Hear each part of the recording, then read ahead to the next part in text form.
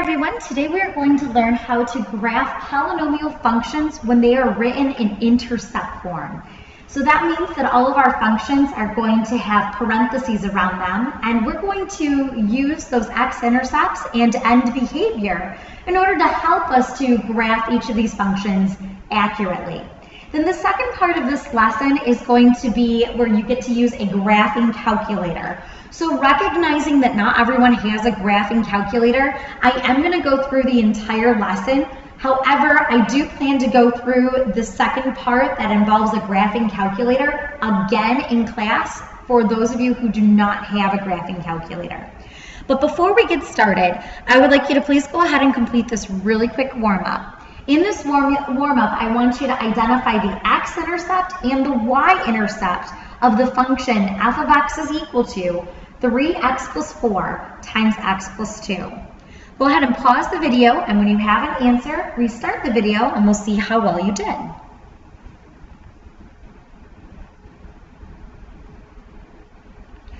All right, so the first thing that we need to do is we need to find what the x-intercept is. So the x-intercepts happen whenever you let y equal 0. So in this case, we have f of x. F of x is a very fancy y. So if you want to rewrite this as y equals 3x plus 4 times x plus 2, that is absolutely fine. So I'm going to write this as 0 is equal to 3x plus 4 times x plus 2. And so whenever you have two parentheses equal to 0, what you do is you set each parenthesis equal to 0. 3x plus 4 equals 0 and x plus 2 equals 0. And then you solve each equation for x, where you would subtract 4 on each side. You'd end up with 3x is equal to negative 4. And then divide each side by 3 to find that x is equal to negative 4/3 is one x-intercept. And we would write that as negative 4/3, comma 0. Over here, I would subtract 2 on both sides, and I'd find that x is equal to negative 2. So my other x-intercept would be negative 2, 0. You do not need to show all of that work for x-intercepts. If you can see right away what the x-intercept is going to be, that it's going to be the opposite of the second number divided by the first number, that might be a good thing. But in the event that you need to show work, all we're doing is setting each parenthesis equal to 0 to find our x-intercepts. Now let's go ahead and find our y-intercept. Our y-intercept happens when you let x equal 0. So I'm going to write y is equal to 3 times 0 plus 4 times 0 plus 2. So for all of my x values, I'm going to let it equal 0. So 3 times 0 is 0, and 0 plus 4 is 4. So this is 4 times 0 plus 2 is 2. So my y-intercept is going to be 4 times 2, which is 8. So my y-intercept is 0, 8. And that's how you find your x-intercepts and your y-intercepts. All right, so now let's go ahead and figure out what our learning objectives are. So our learning objectives for this lesson is to be able to say, I can graph a polynomial function in intercept form. So that means that all of our problems are going to have parentheses, and you will be expected to identify your x-intercepts. You can show work just like we did in our warm-up, or you can use the shortcut. I encourage you strongly to use the shortcut if you already know how to make that work for yourself. So all of the functions I'm going to give you will be in intercept form. Then I want you to be able to say, I can determine the number of potential turning points, which we call those local maximum and local minimums of a polynomial function. How many little bumps are we going to have along the way? And then finally, I want you to be able to say, I can use my graphing calculator to identify x-intercepts and local maximums and minimums. So there will be a graphing calculator portion on your test, and there's going to be a non-graphing calculator portion on your next test. So your test is going to have two parts, and I will explain in class how that's going to go, but you will be responsible for knowing the calculator steps for your next test. So the first part is the no graphing calculator part, and that is the graphing of a function. So here's how you graph a function that's written in written in intercept form. So here are some things that I need you to know whenever you're looking at directions. The first thing is that x equals a number is called a zero of the polynomial function. So you might see along the way, find the zeros. Essentially what that means is tell me what your x-intercepts are without writing it as an ordered pair. That's all that this is essentially meaning. So a zero is essentially an x-intercept that is not written as in an ordered pair. The next one is x minus k. X minus k is called a factor, and x minus k is something that you would see inside of parentheses. So you would see this inside of parentheses, x minus k. It's called a factor of the polynomial. So that's whenever we're looking at all of our parentheses, each one of those parentheses represents factors. And finally, x equals k is called a solution of the polynomial function or polynomial equation when y is equal to 0. So once again, that is let y equals 0, find your x value. Solutions and zeros, once again, are x-intercepts. So if k is a real number, then k0 is called an intercept of the polynomial function.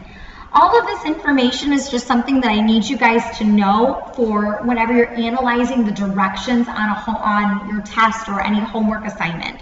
So I would just essentially say, please make sure that you study and understand this box.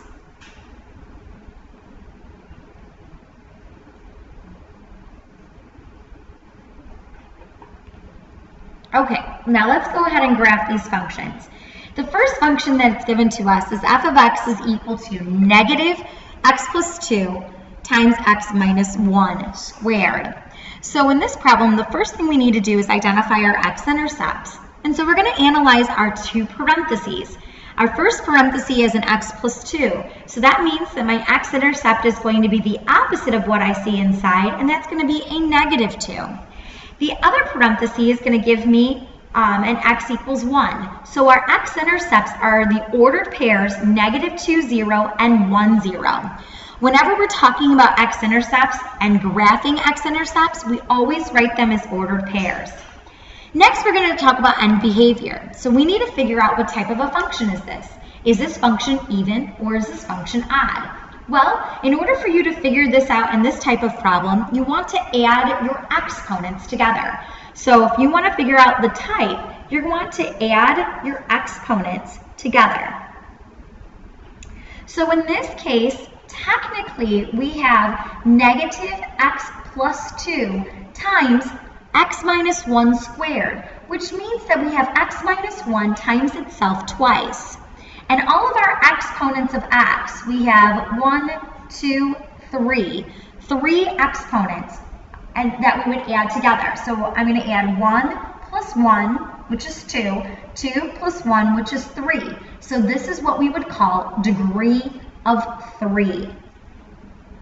So this is degree 3. How did I get that? I added my exponents together. My exponents of all of my x values.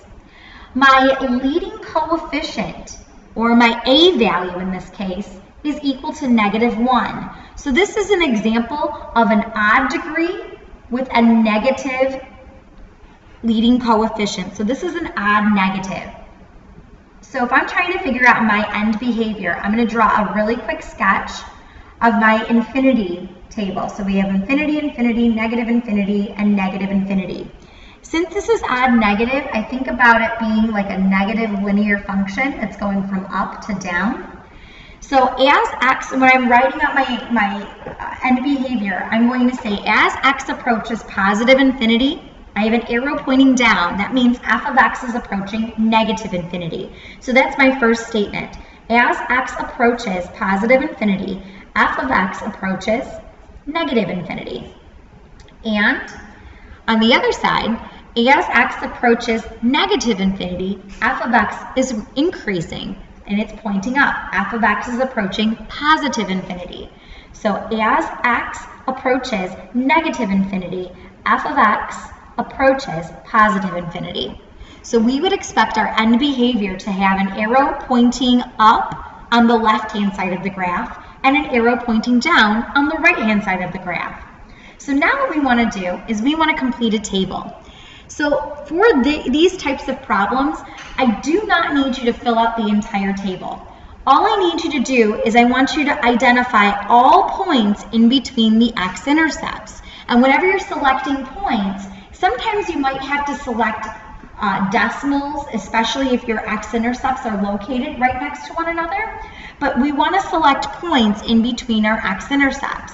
So in between -2, I'm going to select -1, and I'm going to select 0, and then I have the number 1. So I only am going to select the numbers that are in between -2 and 1. Those are the only x values that I need. All the x values, all of this is just extra space. You do not need to write down those ordered pairs. So now I'm going to start off by substituting -1, directly substituting it into the function. So I'm going to write f of -1. That's equal to negative times -1 plus 2 times -1 minus 1 squared. And you plug that into your calculator exactly as you see it. And when you do that, you end up with the value of -4. So I have -1, -4. Next, I'm going to find what f of 0 is. So that's going to be where I have negative times 0 plus 2 times 0 minus 1 squared. And if you were to plug those numbers into your calculator, you would end up with the value of -2. So I'm going to eventually plot -1, -4, and 0, -2. So there are a total of 4 points that I'm going to plot, starting with -2, 0. So we're going to plot -2, 0. And I know that based on end behavior, I'm going to have an arrow pointing up. So I'm going to start off with my arrow pointing up. Then I'm going to plot -1, -4. 1, 2, 3, 4.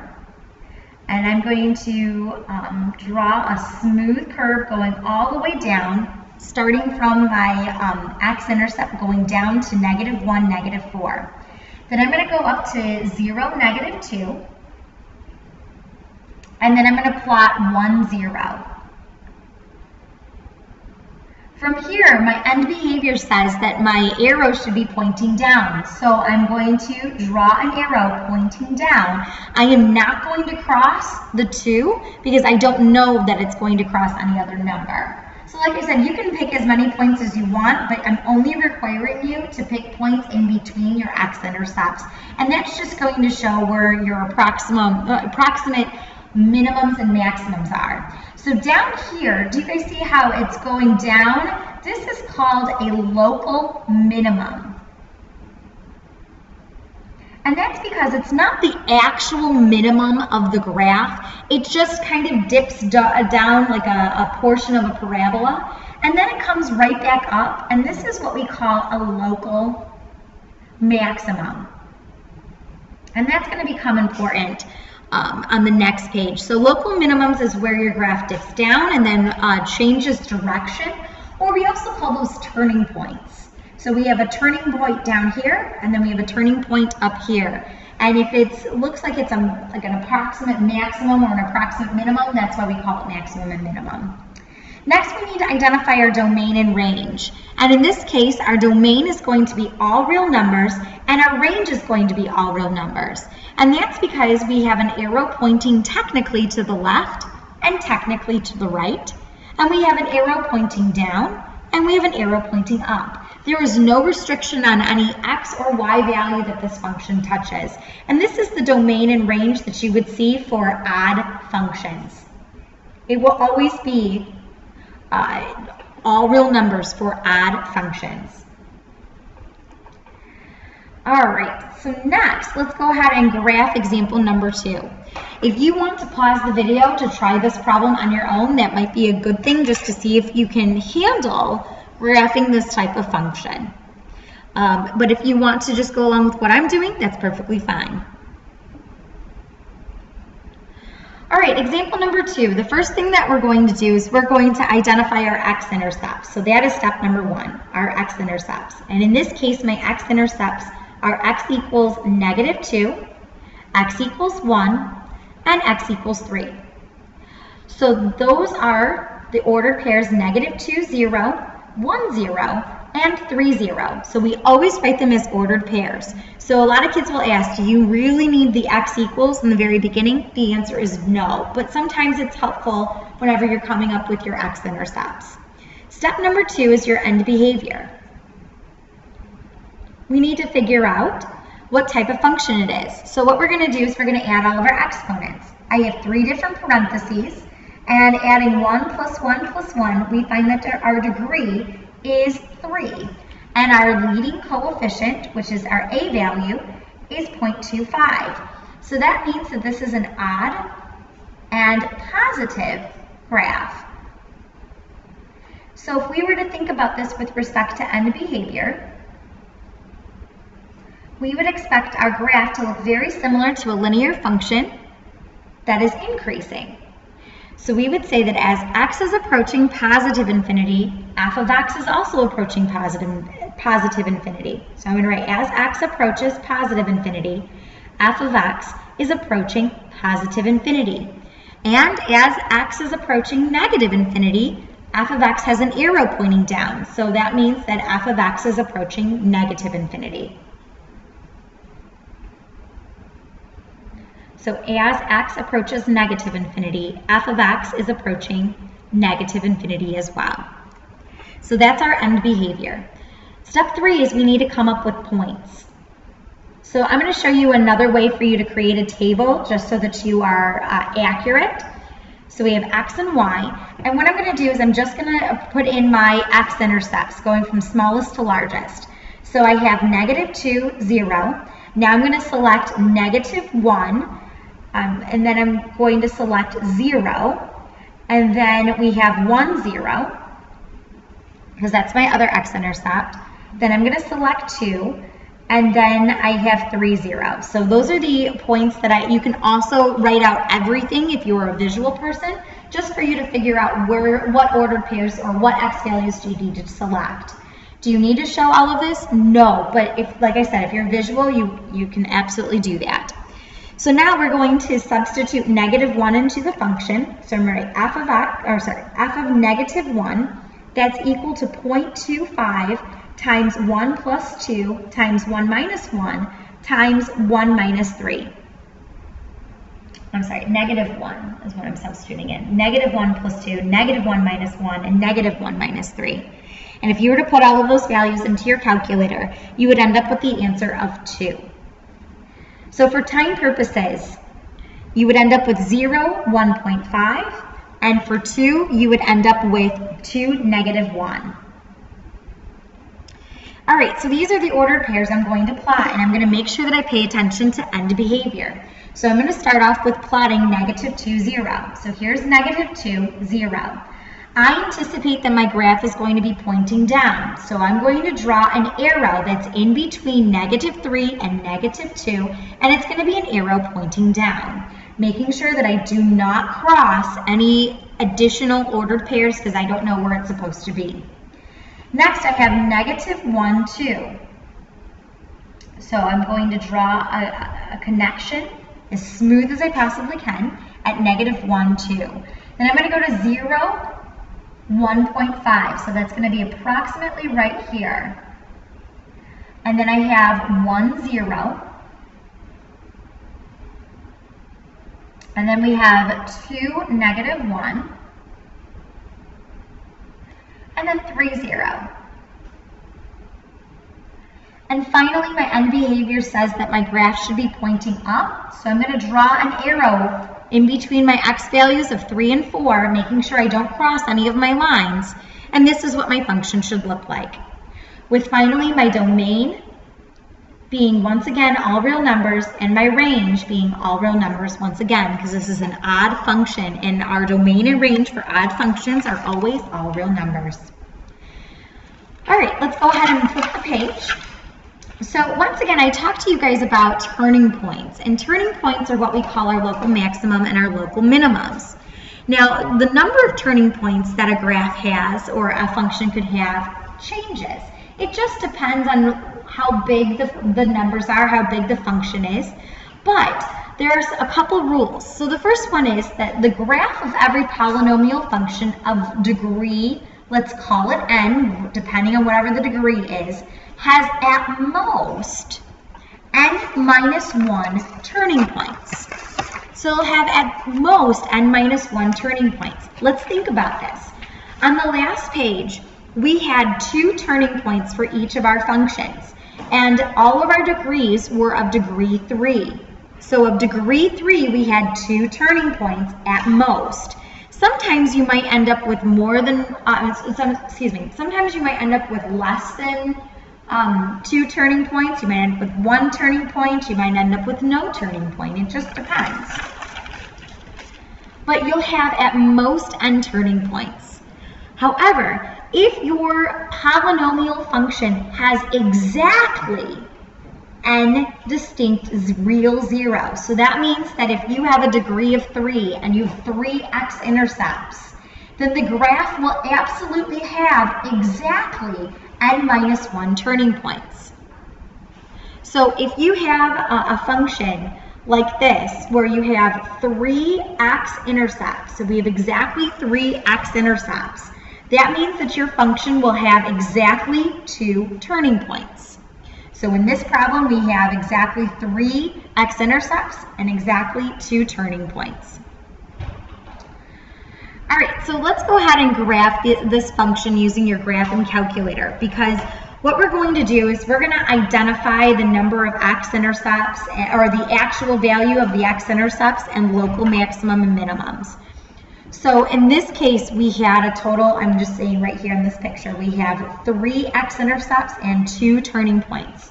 This is your degree, we call it n, and n minus 1 is your number of turning points.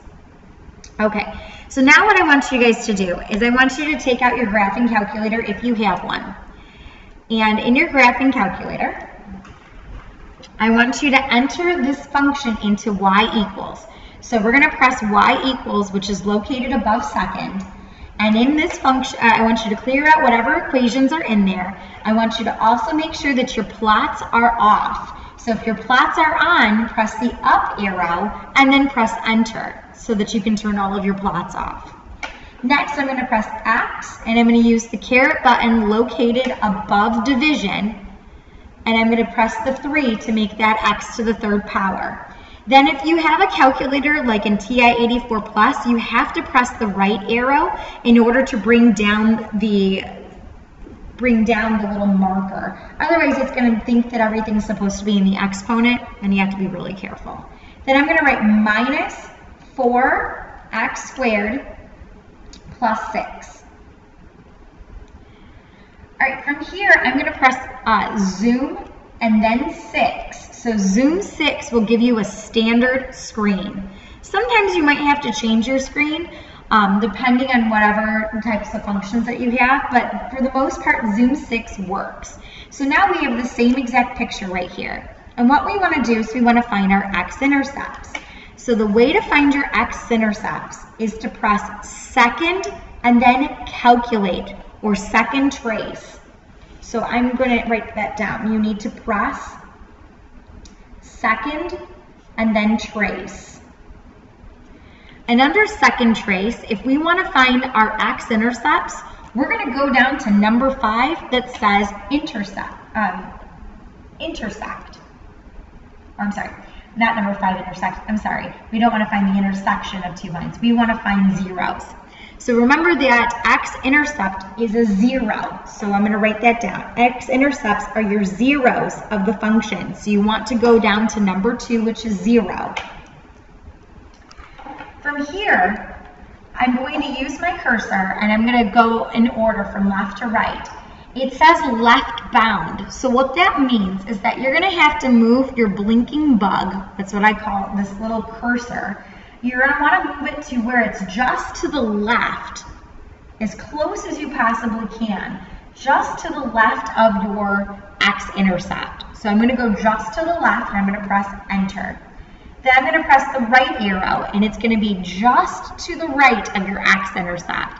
I'm going to press enter. It's going to say, is that your guess? And I'm going to press enter again. And here is our x-intercept that we round to the nearest hundredth.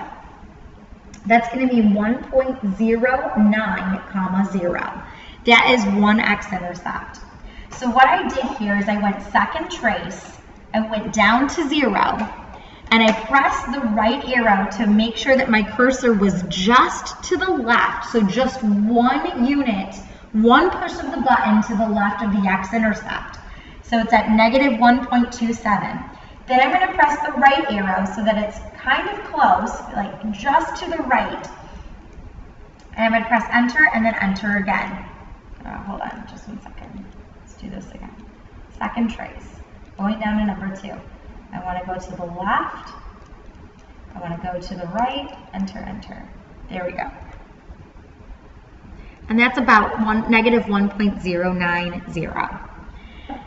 You might end up with a number that's slightly different than mine, but it should be pretty close to where that x-intercept is. Next, I'm going to find the next x-intercept by once again pressing second trace, going down to number 2, and I'm going to move my cursor just to the left. So just to the left is pretty close to that x-intercept. So it's on the left-hand side, so I'm going to press enter. Then I'm going to press the right arrow so that my cursor is just to the right of my x-intercept. And I'm going to press enter again. They're going to ask you, is that your guess? You're going to say, sure, why not? And there is your next x-intercept. So that's at 1.57, 0. All right, let's do this again. I'm going to press second trace. I'm going to go down to number 2, which is 0, and I'm going to go just to the left. So just to the left is going to be below, so I'm just to the left of that x-intercept, and I'm going to press enter. Then I'm going to press the right arrow, and it's just going to be just to the right of that x-intercept, and I'm going to press enter again. It's going to ask you, is that your guess? And you say, absolutely, that's my guess. And then we end up with 3.51, 0. And that's how you find your x-intercepts. Next, we want to find what our local maximum is. So a local maximum is where the graph, it's a turning point. It's where the graph reaches a max height and then all of a sudden it turns back down again. It's like looking at it as if it's like a piece of a parabola. We would have a maximum at that point. So I want to go second trace again, and this time we're going to go to maximum. So I'm going to press enter, and it's going to ask you to move your cursor to just to the left. So I'm going to approximate where the left is, and I'm going to say, well, this appears to be just to the left. I'm going to press enter, and it'll say, I'm going to press the right arrow and say, is that just to the right? I'm going to press enter, and then enter again, and I end up with my maximum is located at 0.6. So that's my local maximum. My local minimum, I'm going to do the same thing. I just want to find out what that ordered pair is. So I'm going to press second trace. I'm going to go down to where it says minimum, and I'm going to press my right arrow so that I want to figure out where is approximately just to the left of that local minimum. So I'm going to say that that looks like it's pretty close to just to the left, and I'm going to press enter. And I'm going to press my arrow to the right one time, and I'm going to press enter again. It'll ask, is that your guess? And I'll say yes. And here's my my minimum.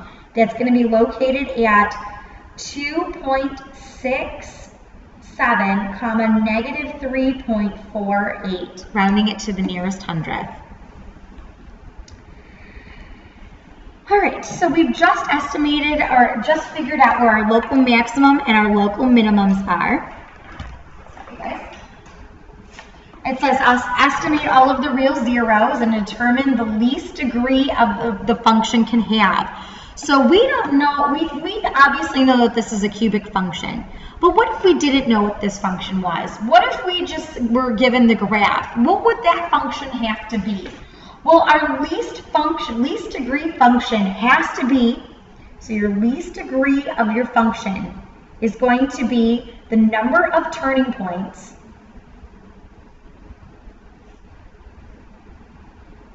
plus 1. And that's going to equal the least degree. So in this case, we had 2 turning points. 2 plus 1 is 3. So our smallest degree that this function could possibly be is a cubic function.